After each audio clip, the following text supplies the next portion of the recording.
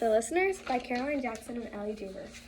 1 month earlier, Mark walks up to his mailbox and is surprised by a letter from Uncle Ben. Dear Mark, I invite you to an all-house feast with me and your Aunt Shannon. Come at 5:30 on a Sunday and bring your favorite fixings. 3 days later, it was a dark, mysterious night and a couple came home from a Halloween party.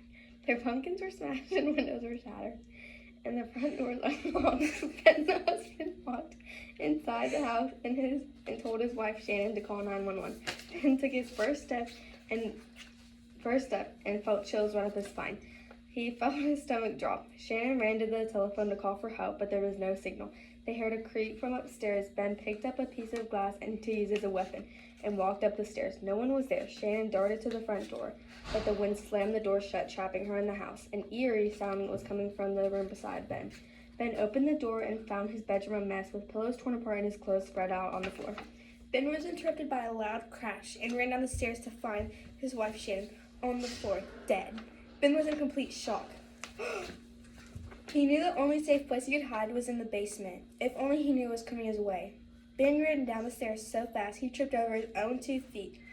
When Ben got to the basement, he heard the door slam and lock. Ben felt the hairs on his arm rising and his heart pounding out of his chest. He heard the floorboards creak from far away.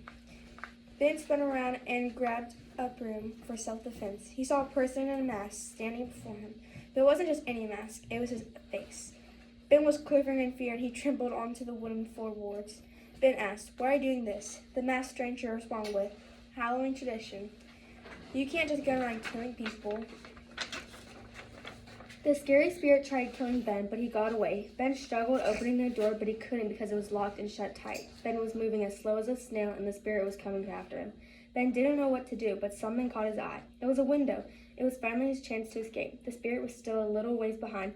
Ben ran to the window and opened it. He climbed out of the small window, but before he could leave, the spirit grabbed a hold of his shoe and held on tight. Ben tugged and tugged and tugged until his shoe slid off. This caught the spirit off guard.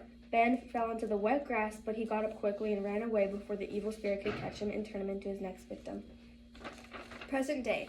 Mark arrives at the house and hops off his horse and sprints to the front door, pounding on the wooden plank. "Is anybody there?"